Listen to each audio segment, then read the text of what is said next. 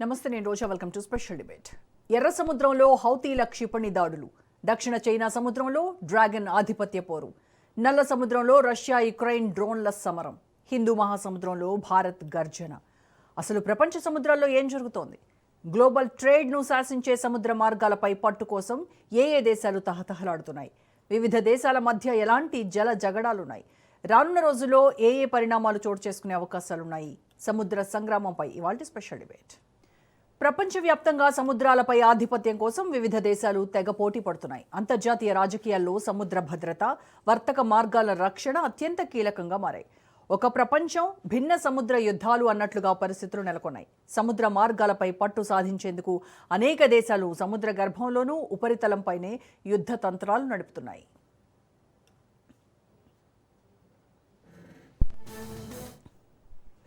ప్రపంచవ్యాప్తంగా సముద్రాలు అగ్నిగుండాలుగా మారుతున్నాయి. అంతర్జాతీయ వర్తకానికి గుండెకాయ లాంటి ఎర్ర సముద్రం రణరంగమైంది. యెమెన్కు చెందిన హౌతీ తిరుగుబాటుదారులు అమెరికా, బ్రిటన్, సౌదీ దేశాలు ఢీ అంటే ఢీ అంటున్నాయి. 13 దేశాలతో నావిక రక్షణ కూటమిని సౌదీ ప్రతిపాదించింది. బాబెల్ మండేబ్ సముద్ర జలాల్లో హౌతీల ఆట కట్టించేందుకు అమెరికా, బ్రిటన్తో కలిసి మిత్రదేశాలు సముద్ర గర్భంలో క్షిపణి వేటను తీవ్రం చేశాయి.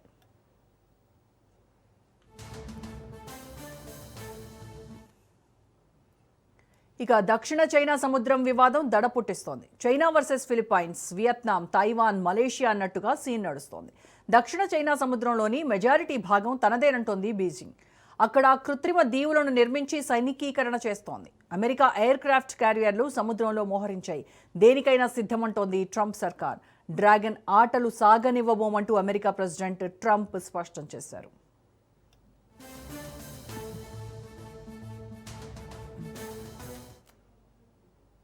రష్యా యుక్రెయిన్ యుద్ధంతో నల్ల సముద్రంపై తీవ్ర ప్రభావం పడుతోంది. అలాగే కాస్పియన్ సముద్రం వేదికగా రష్యా, ఇరాన్ పరస్పర సైనిక ప్రయోజనాల కోసం వ్యూహాలు ఆందోళన కలిగిస్తున్నాయి. యుక్రెయిన్, ఇరాన్ యుద్ధాలు కాస్పియన్ సముద్ర మార్గంలో ఉద్రిక్తతలను పెంచుతున్నాయి.